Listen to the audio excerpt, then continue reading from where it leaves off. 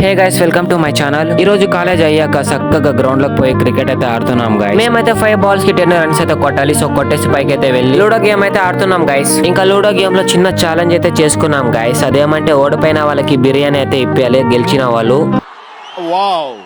Friends, ఈ రోజు మన ఇంటి నుంచి మొక్కజొన్నలు అయితే తీసుకొచ్చాడు. అవి కాల్చుకొని తిందామని కిందకి వచ్చి కట్టెలు అయితే పేరుస్తున్నాం గైస్. తీసుకురా పోరా.